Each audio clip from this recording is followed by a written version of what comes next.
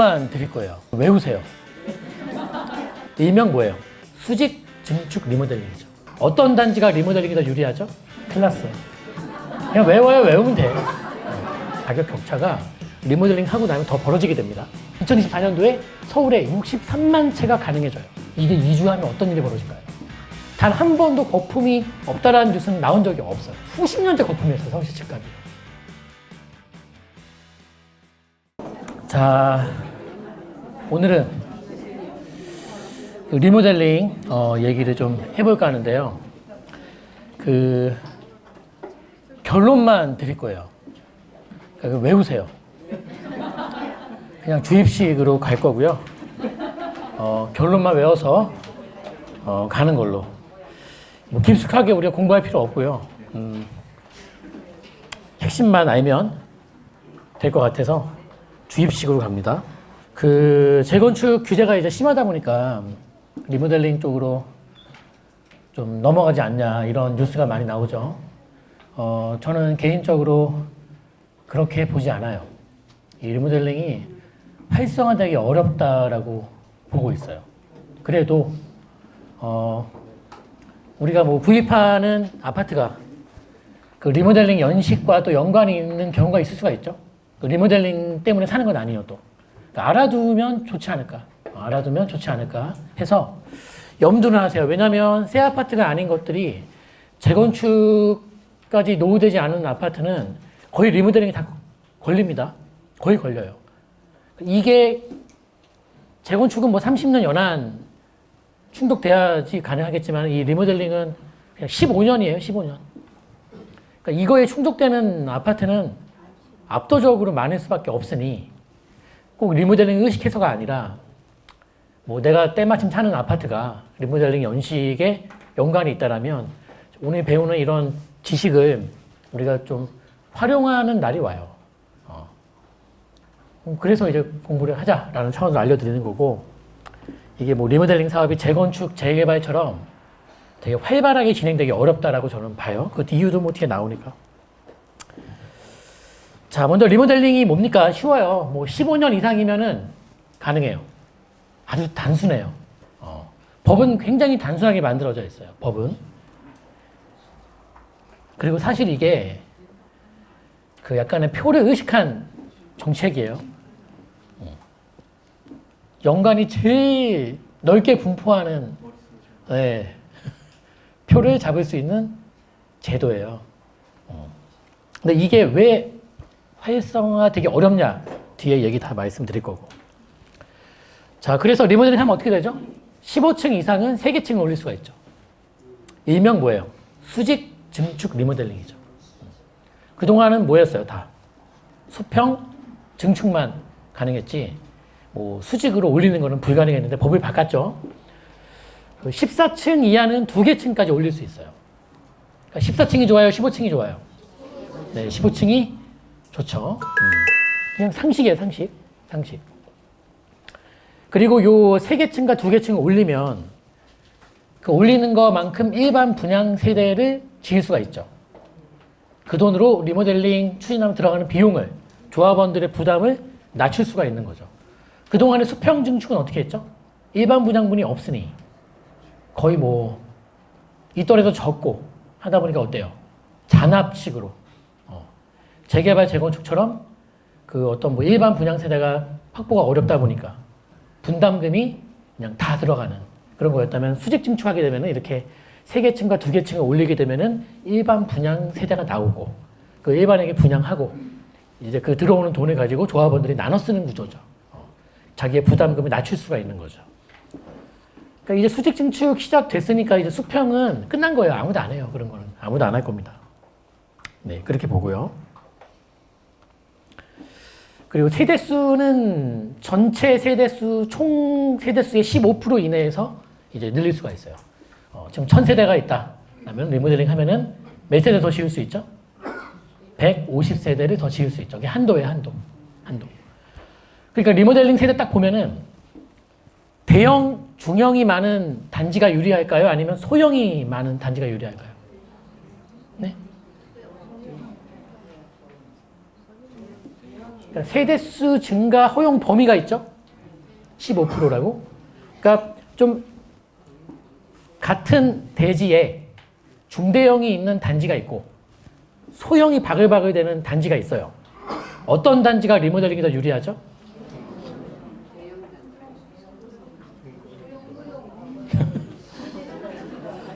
큰일 났어. 그냥 외워요. 외우면 돼. 이해하려고 하지 마시고요. 그냥 외우세요. 외우면 다 쉽게 풀려요. 외우세요. 그냥 소형이 많은 단지가 유리합니다. 이유는 뭐예요? 이유는 여기 있죠. 기존 세대수의 15%까지 더 지을 수 있으니 같은 땅에 세대수가 많은 단지가 일반 분양을 많이 지을 수가 있겠네요. 이왕이면 같은 땅 면적이면은 좀 아파트 세대수가 많은 단지가 리모델링을 통해서 더 많은 일반 분양을 만들어낼 수가 있어요. 그러려면은 좀 이제 빼곡하게 들어가 있어야 되죠. 작은 평수들이 그거예요. 그래서 소형 위주의 단지가 유리하다. 14층보단 15층이 유리하다. 그리고 이제 그 층수도 그렇고 옆으로도 넓히잖아요. 옆으로. 이거는 전용 면적 기준으로 30%가 원칙이에요. 그러니까 예를 들면은 뭐 우리 30평대 아파트가 실평수가 몇 평이죠? 전용이? 한 25평. 거기서 1.3이 원래 원칙인데 85제곱미터 미만인 경우에는 40%까지. 그러니까 20, 30평대들은 기존 면적의 1.4배까지는 늘어날 수 있는 거예요. 기존 면적. 대형은 어떻다? 1.3배까지밖에 이제 못 늘리죠. 그러니까 중소형 특화의 제도예요. 더 많이 늘릴 수가 있고 세대수 더 많이 뽑을 수가 있고 작을수록 유리한 거예요. 작을수록 유리한 거죠. 그리고 뭐 재건축처럼 그 재초안이나 이런 재건축의 규제를 벗어나 있죠. 그리고 안전진단도 굉장히 이제 등급이 낮기 때문에 B등급인가 그래요. 그러니까 되게 쉽게 할 수 있는 거죠. 할 수 있는 거죠. 그리고 이제 임대 아파트 뭐 짓는 그런 재개발 재건축에서의 어떤 규정. 지금 또 서울시에서 재개발 재건축 그 임대 의무 건립 비율을 지금 또 올리려고 하고 있는데 말이 많아요. 지금 뭐 사회주의 국가냐 뭐 말이 많아요. 뭐 어찌됐든 간에 리모델링은 그런 게 없어요.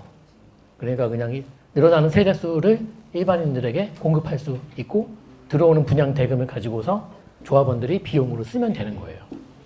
그러니까 이런 것 때문에 재건축 규제의 반사 이익으로 요새 뭐 각광을 받고 있죠. 그리고 또 리모델링은 건축법 완화 적용 받습니다. 뭐 용적률, 건폐율 높이 등 건축 법규에서 정한 그 법 상한선이 넘는 용적률의 리모델링도 많아요.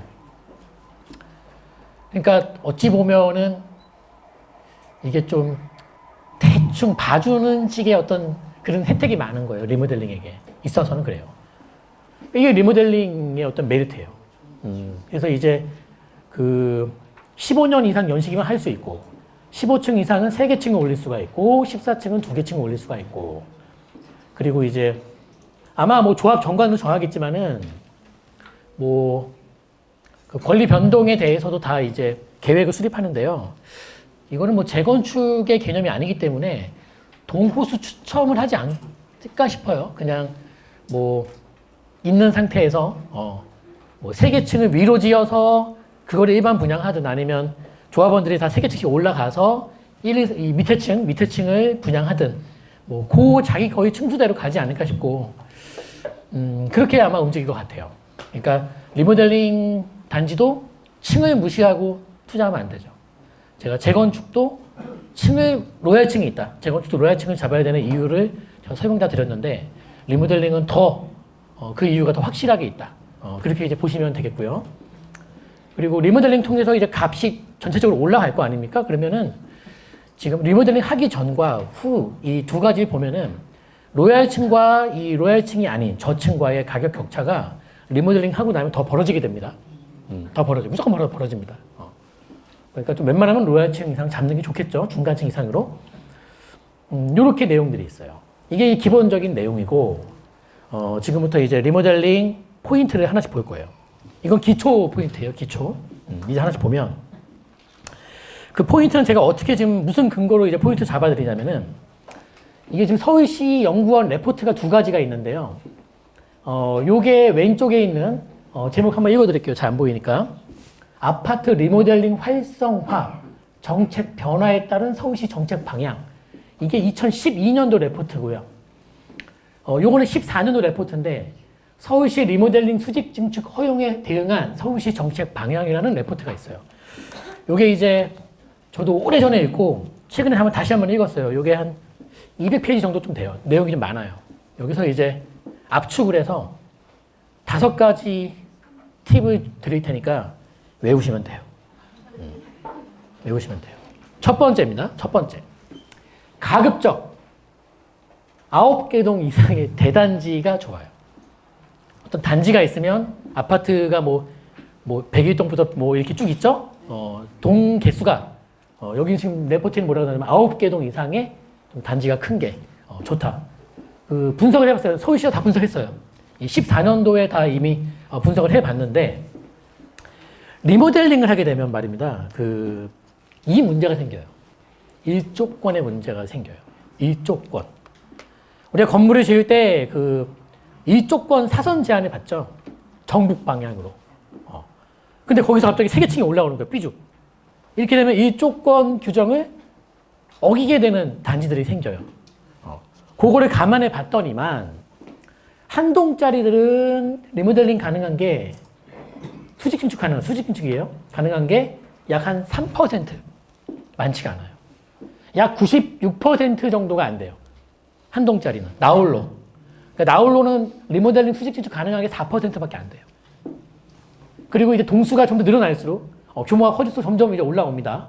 예를 들면 동이 3개다. 3개다라면은 가능한 것은 44%. 그리고 나머지 56%는 안 돼요. 일조권 때문에 할 수가 없어요.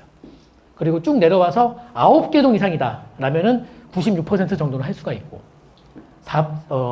98% 정도 가까이는 할 수가 있고, 99% 거의 육박하네요.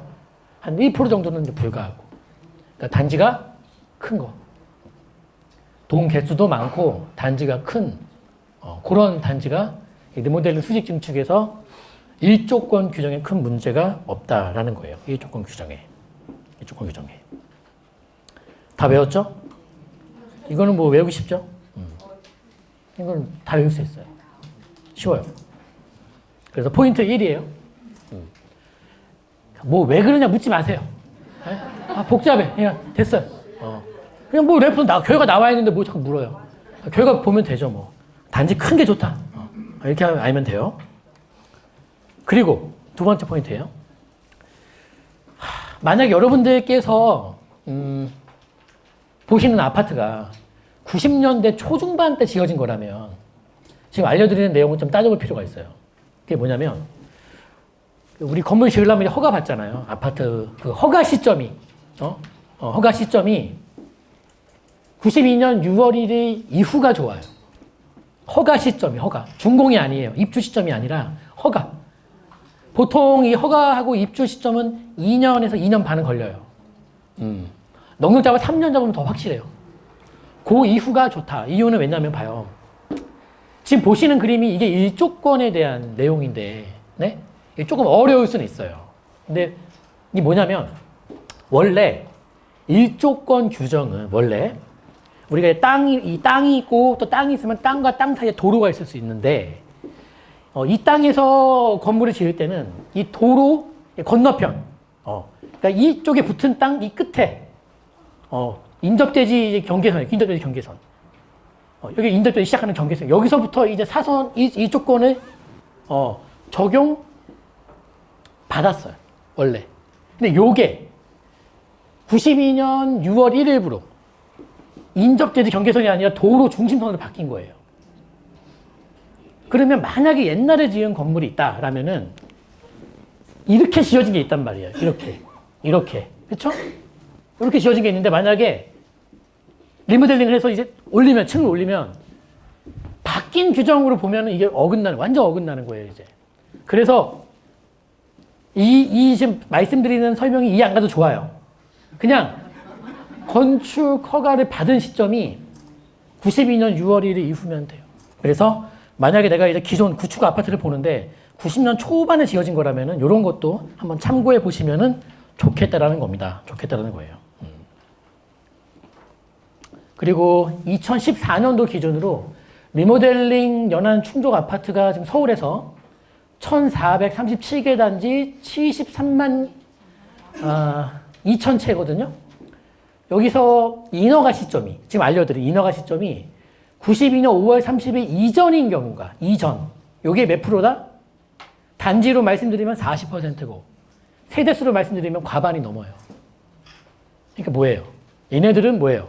쉽지 않아. 아주 쉬운 게 아니에요.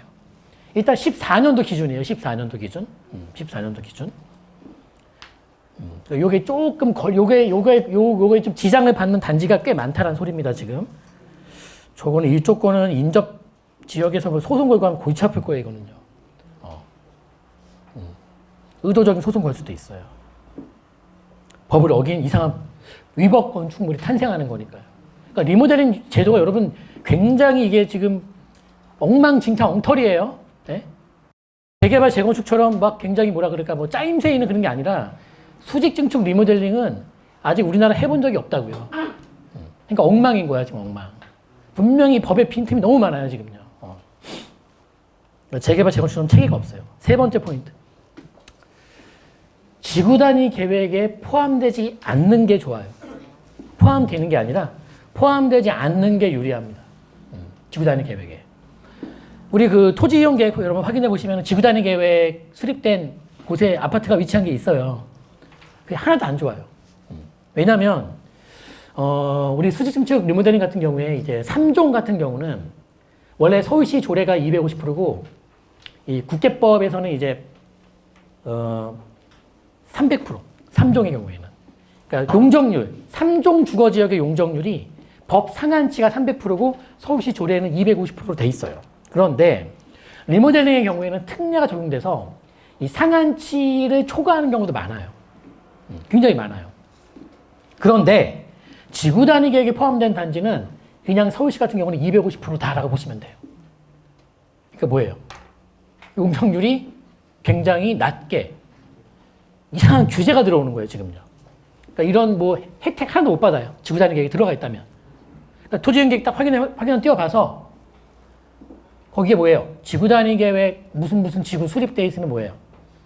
리모델링 할 때 일단은 뭐예요? 쉽진 않은데 이게 15%까지 올릴 수 있으니까 만약에 지구 단위 계획인데 뭐예요? 용적률 217.4%까지 이하라면은 또 리모델링 가능해요, 걔네들은요.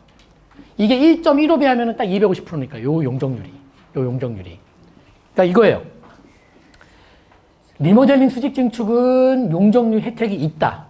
그런데 지구 단위 계획에 포함된 단지는 없다.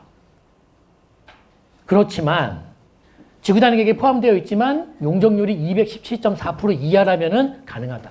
이거예요. 말씀드린 건 결론은 이거예요. 결론은. 근데 대체로 어려워요. 지구 단위 계획이 수립되어 있으면. 굉장히 그러니까 이게 법이 좀 이상해요. 법이 잘못되어 있어요, 지금 이게. 그래서 어떤 거는 막 법 상한치 넘게 막 300% 이상 막 받아버리고 어떤 거는 그냥 250%딱 픽스를 해버리고. 네. 그러니까 이게 진짜로 리모델링이 이제 추진되고 막 그 완성되는 것들이 나오기 시작하면은 그 여러 가지 사안들이 발생할 것이고 그 사안들이 생겨야지만 법이 바뀌는 거예요. 법이 모든 것들을 예측해서 처음부터 완성도 이렇게 만들어질 수가 없거든요. 그러니까 아직은 이 추진 사례가 아직은 뭐 끝난 사례가 없기 때문에 법이 되게 미흡한 거예요. 굉장히 미흡한 거예요. 자, 네 번째 포인트예요. 가급적 난 머리 아프다 하시는 분들, 나 지금 이거 다 싫어, 다 싫어, 나 머리 아프다 하시는 분들은 가급적 뭐예요?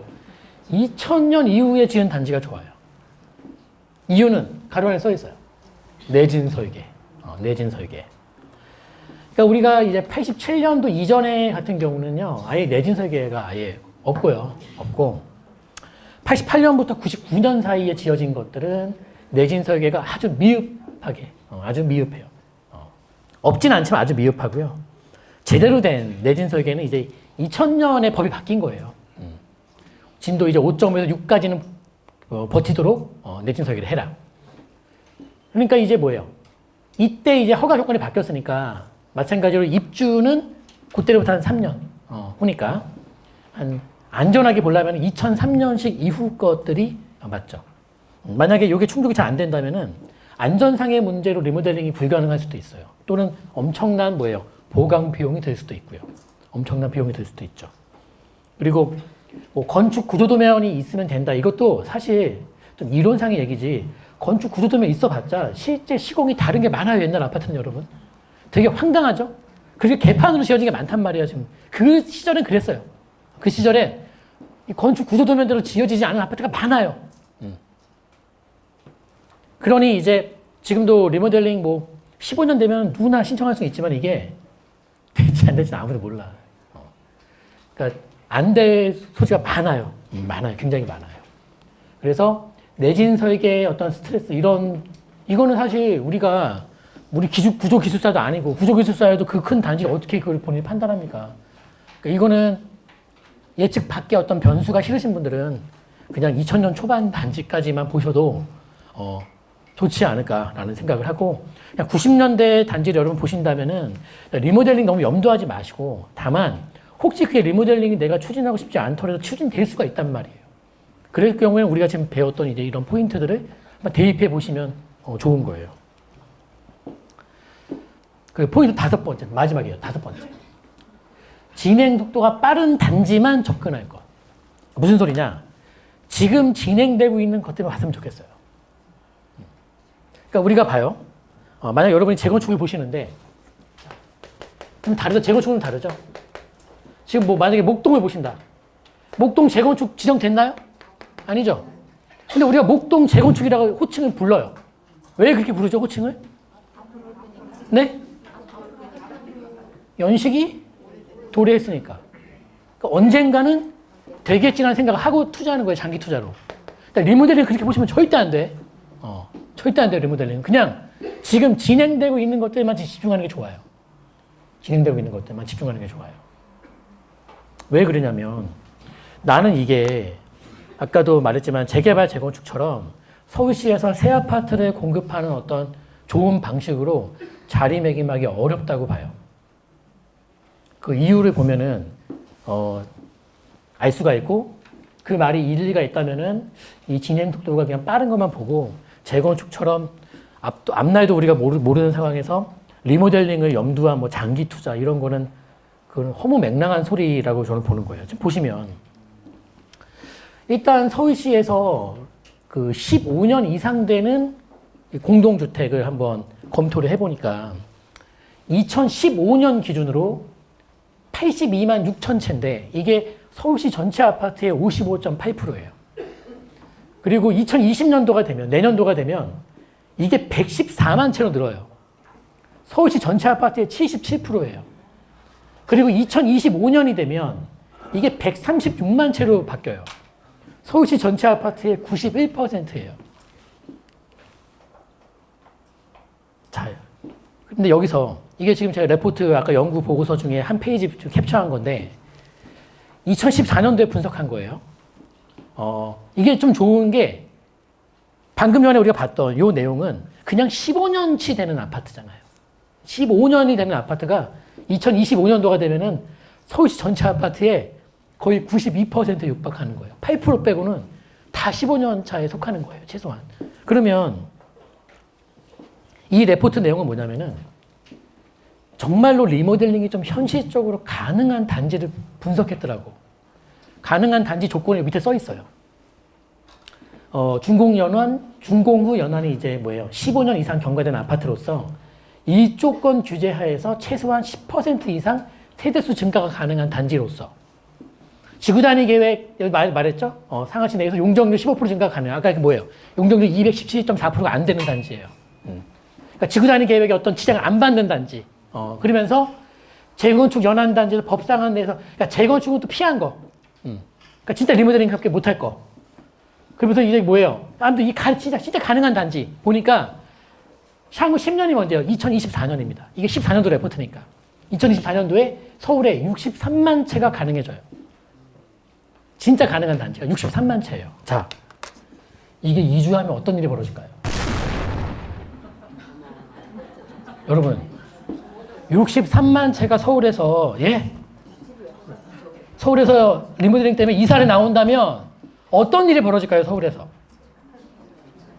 이 재건축 이주나 재개발 이주는 지금 리모델링 이주한테는 게임도 안 돼요, 여러분. 서울에 그분들 대체주택 63만 채 대체주택이 있습니까? 없어. 그리고 어떤 일이 벌어질까요? 전세 대란 터지는 거지 뭐. 난리 나는 거예요, 지금 이거. 지금 리모델링 뭐 활성화하면은 참 뭐 재건축처럼 뭐 뭔가 에너지도 뭐 그러니까 환경도 좀 보호하고 쓸데없는 자원 낭비를 막고 이런 쪽으로 생각하시는데 리모델링 추진 단지가 많아지면 여러분 이주가 엄청나게 나와요. 서울에서. 이주가. 근데 서울 이주의 특징은 잘 아시겠지만 손쉽게 경기도나 인천으로 빠져나가지 못해요. 대체로. 그러니까 서울을 이탈하는 수요는 더 이상 못 버티는 우리 저소득층 수요예요, 여러분. 대부분 그래요. 이게 한 80% 넘을 겁니다. 자, 그래서 법을 좀 봤어요. 법. 리모델링 관련된 법은 주택법에 나와 있는데요. 주택법 제74조에 재미난 얘기가 있더라고요. 재미난 얘기가 있어요. 보시면 세대수 증가형 리모델링의 시기 조정이에요. 제목이. 그러니까 리모델링해서 세대수가 증가할 경우에 이 리모델링 사업의 시기를 조정할 수 있다는 그 법 조항이 있어요. 자, 1번 볼게요. 1번. 이랑 국토부 장관에게 엄청난 권한을 줬어요. 법에서.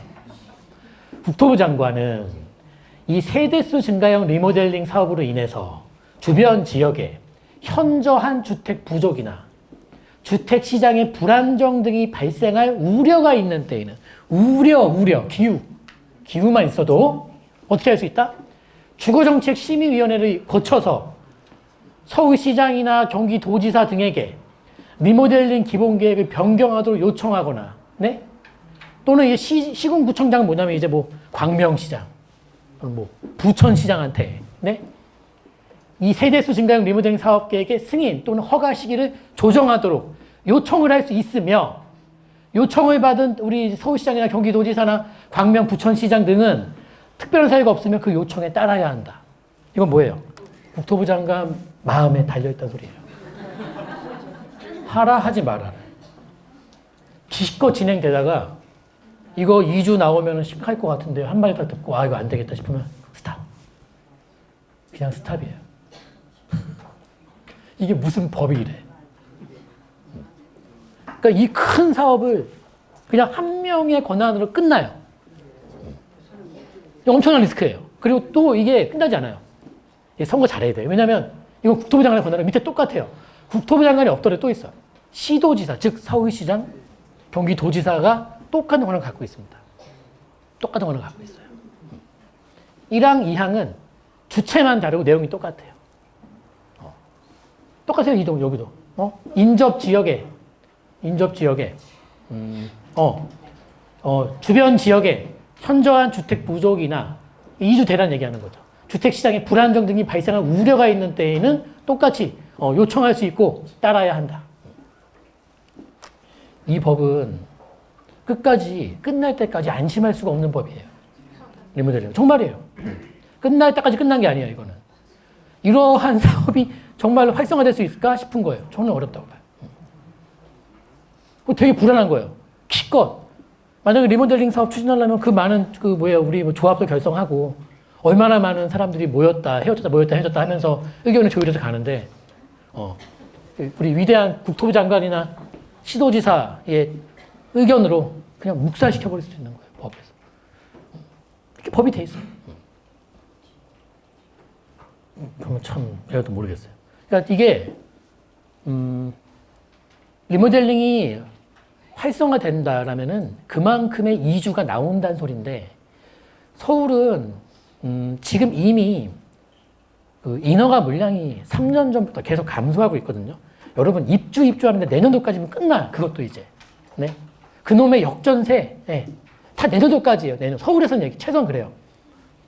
그러면 이제 그 후에 나올 거, 2021년도부터 얘기 나올 거는 뭐라 그럴까. 서울시 재개발 재건축을 봉쇄했더니만 서울시의 주택 공급이 너무 급감하는 것에 대한 우려를 표하는 그런 분석들이 쏟아질 건데, 거기서 리모델링이 막 활성화된다. 그래서 이주가 막 더 나아버린다라면은, 리모델링 활성화되기 전에 끝날 거예요. 이 조치로. 다 시기 조정 받을 거예요. 보류. 주택시장 안정 때까지 계속 보류. 근데 주택시장 안정을 하려면은 집을 많이 지어야 되는데, 재개발, 재건축을 막아놓고서 집을 어떻게 많이 짓고. 네. 그리고 리모델링 사업 해봤자 사실, 지금 뭐 진행이 많이 되는 단지 여러분 보시면은, 사실 세대수 증가가 굉장히 적어요. 굉장히 미미해요. 그러니까 재개발, 재건축처럼 세대수가 확 늘 수가 없어요. 그러니까 1대1 리모델링보다 조금 나은 정도의 주택을 지을 뿐이에요. 그러니까 이게 어려운 거죠. 법에 이런 내용이 없다라면은, 뭐 잘하면은 뭐 리모델링, 그래, 뭐 재개발, 재건축의 뒤를 잇는 서울시 주택 공급 방식이 될 수도 있겠다라고 착각할 수도 있겠지만은, 이런 법조항이 있는 상태에서는 거의 어렵습니다. 물론 지금은 역전세 시장이니까, 전세가 약세를 띠는 시장이니까 우리가 체감하기 어려워요. 하지만 서울시는 기본적으로 집이 남아도는 도시가 아니에요, 여러분. 기본적으로 집이 남아도는 도시였다면 우리가 서울시 집값 가지고 이렇게 오랜 세월을 거품론에서 항상, 서울시 부동산 옛날 뉴스부터 보세요. 항상 거품이었어요. 단 한 번도 거품이 없다라는 뉴스는 나온 적이 없어요. 수십 년째 거품이었어요, 서울시 집값이요. 아마 평생, 여러분 자손들 세대까지 대선 내내 계속 집이 부족해요, 서울은요. 왜냐면 어쨌든 여러분, 서울이라는 물리적인 이 수평적인 공간이 한정돼 있어요. 그래서 땅 수입해올 수 없잖아요. 그래서 서울은 집을 짓기 위해서는 뭐예요? 리모델링이든 재개발이든 재건축이든 철거를 수반하지 않고서는 집을 못 짓는다는 소리예요. 그냥 여기 집을 지으세요라는 맨 땅이 없다 보니까 이런 일이 벌어지는 거죠. 그래서 리모델링 추진이 증가할 경우에 이주대란은 불가피합니다. 이거는 뭐 무조건 벌어지는 일입니다. 무조건 벌어지는 일이에요. 그리고 리모델링 사업도 그 공사기간 예를 들면 한 거의 2년에 육박하는 기간 동안 그거 네 심각해요. 진짜 심각합니다. 그리고 전세대란 발생할 경우에는 리모델링 사업 중단의 리스크가 자꾸 올라간다. 네. 국토부 장관 책상 앞에 그 정지 버튼이 있단 말이에요. 그 버튼 누를까 말까 고민하게 되는 거죠. 누르면 스탑인 거예요. 그냥 멈추는 거예요. 그리고 리모델링이 재건축처럼 이제 골조를 활용하는 사업 다르죠. 재건축과 달리 골조를 활용하는 사업이다 보니까 만약에 뭐 이런 일이 있으면 안 되겠지만 어느 현장에서 만약에 좀 안전상의 문제가 크게 벌어졌다면은 저는 이 리모델링 추진 사업 전수조사 들어간다고 봐요. 그러면 전국 다 리모델링 멈춰야 돼. 다 전수조사 들어가요. 왜냐면 우리는 꼭 일이 벌어져야지만 조사를 해요. 그전에는 그냥 서류만 보고 판단할 뿐이죠. 그러니까 그 소지가 재개발, 재건축이랑은 다른 거예요. 공사 방식도 그렇고요. 물론 우리가 이제 기술력이 많이 올라온 건 사실이에요. 많이 올라왔죠. 그리고 이제 시공사들도 재개발, 재건축이 이제 어려워지는 거 아니까 이 리모델링으로 어떻게든 수주를 따내려고 지금 열심히 노력하고 있죠. 뭐 쌍용은 역사가 깊어요. 리모델링 사업에. 그리고 이제 포스코도 그쪽으로 눈을 많이 돌리고 있는 것 같아요. 리모델링 쪽으로. 근데 이런 황당무계한 법조항이 저는 굉장히 마음에 걸리네요. 정리를 해볼게요. 리모델링 수직 증축은 계륵이 될 것이다. 그러니까 이제 리모델링 활성화를 외쳤단 말이에요. 그러니까 자기가 뱉은 말은 있고 이것까지 안 해버리면 집을 진짜 어디다 지을지 모르겠고 서울은요. 공급이 완전 차단됩니다. 진짜. 계륵이 될 겁니다. 자, 9개 동 이상의 대단지 가격으로 접근하자. 이유는 일조권 때문이고요. 그리고 건축 인허가 시점이 90년도 건축물의 경우에는 92년도 6월 1일 이후가 좋다. 넉넉 잡아 95년도 한 6월 1일 이후면 괜찮을 것 같습니다. 지구단위 계획이 포함되지 않은 단지가 좋다. 용적률 때문이고요. 그리고 내진 설계 기준으로는 2000년 이후에 허가받는 게 좋다. 그러니까 2003년 입주한 것들이면은 확실하게 내진 설계가 되어 있죠. 그런 것들은 안전상의 문제로 리모델링이 추진되다 멈추는 일은 최소한 없겠죠. 거의 없겠죠. 그리고 추진 속도가 중요하다. 뭐다? 법규상의 사업 추진 리스크가 존재하기 때문에 추진 속도가 빠른 리모델링만 보자. 지금 서울시 같은 경우는 서울형 시범 리모델링을 몇 군데 지정해놨죠? 네, 몇 개요? 서울에서 지정한 게. 서울시 이제 시범형 리모델링 사업. 모르세요? 7개, 7개. 7개. 그 중에서 이 조건을 다 갖추고 있는 단지가 하나 있는데. 남산타운이어서 남산타운을 맨날 추천했던 거예요, 남산타운을. 남산타운을.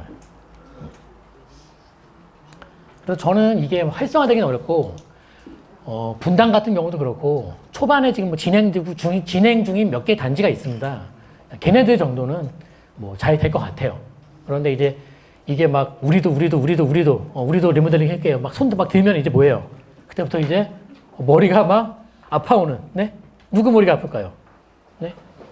뭐 지자체랑 우리 국토부 장관 머리가 아파오겠죠. 아, 이거 너무 많고, 이거 이래서는 안 되는데? 그러면 일단 줄 서봐. 그래서 1단계, 2단계, 3단계 뭐 나누고.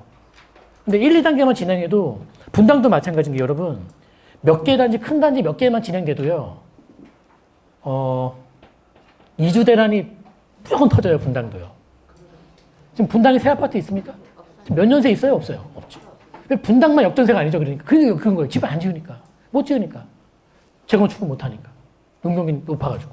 그러니까 리모델링밖에 없는데, 걔네들이 분당에서 이사 나오시면은, 이제 리모델링 이사 나온다. 그러면 분당 분들이 용인 내려갈 것 같아요. 그러니까 분당도 나름대로 교육열이 있잖아요. 쉽게 용인 못 내려가요. 그럼 또 판교 갈 수 있어요? 이건 또 돈이 안 되는 거야. 그럼 분당 내에서 움직여야 되는데, 리모델링 단지가 막 늘어나, 분당에 만약에. 쉽지 않은 선택이에요, 이게 지금요. 그러니까 활성화되기 어렵다니까, 이게 지금요.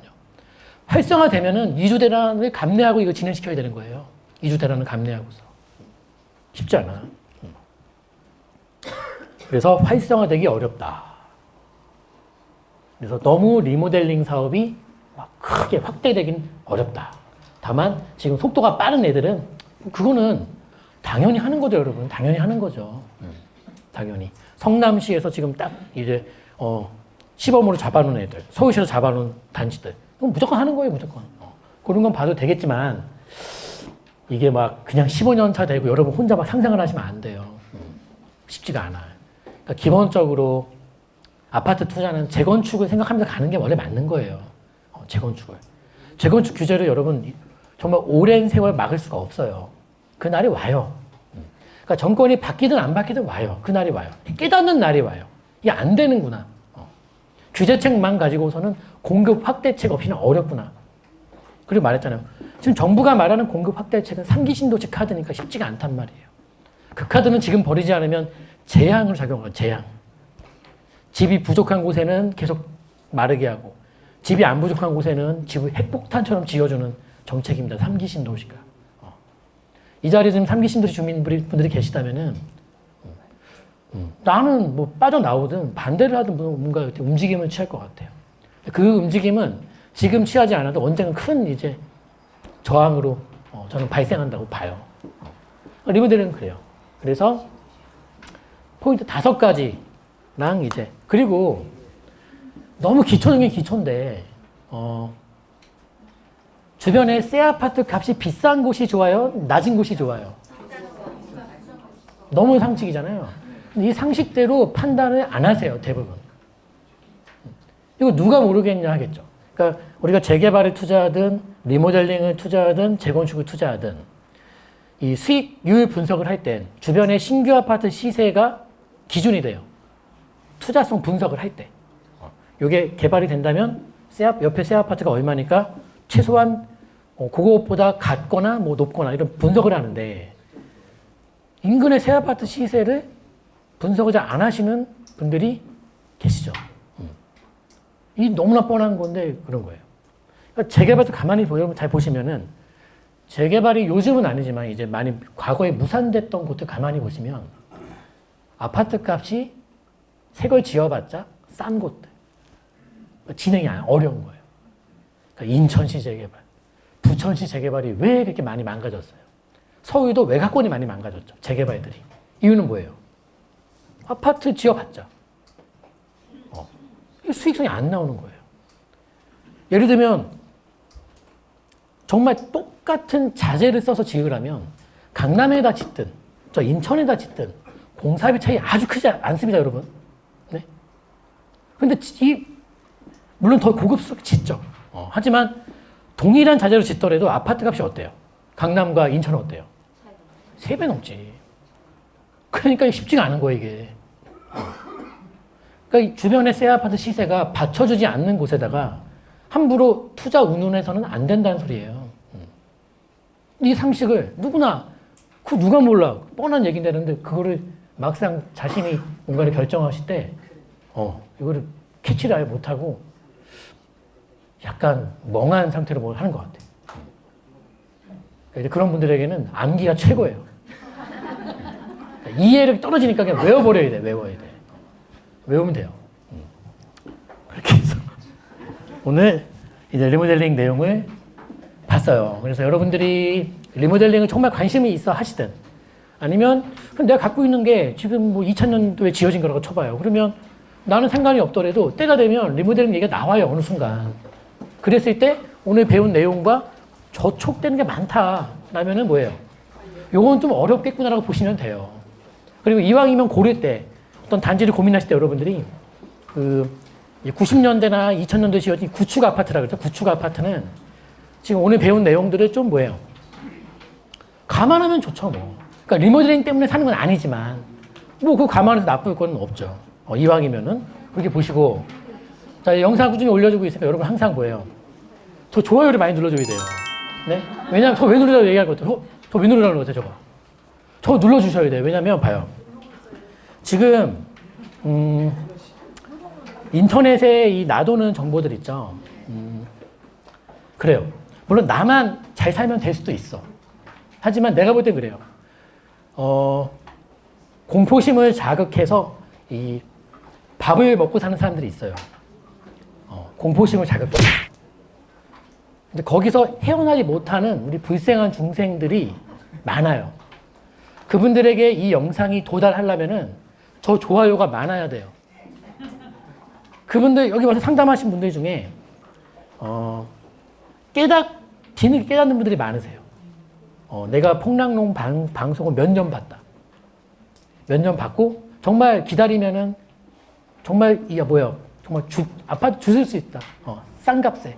이렇게 믿고서 몇 년을 집값이 2배 넘게 뛸 동안 집안의 가장으로서 이 오판한 거에 대한 엄청난 회의감을 느끼는 분들을 만나보면은 이 폭락론을 떠들면서 광고 수입 얻는 사람들이 얼마나 한 가정을 파탄내는지를 그분들은 안 만나보니까 모른다고요. 안 만나보니까 모른다는 거예요. 만나서 그분들과 대화, 그분들 눈물을 보면은 그런 얘기 못해요. 아, 이게 엄한 사람 겁줘서 그렇게 망치는 게 나는 남에게 해를 안 끼치게 착각할 수 있어요. 그 방송하는 분들은. 엄청난 피해를 끼치는 거예요. 그러면 안 돼. 그분들 이 방송 많이 보는 거 알아요. 왜냐면 그분들 나도 봐. 그분들 우리 보고 봐요.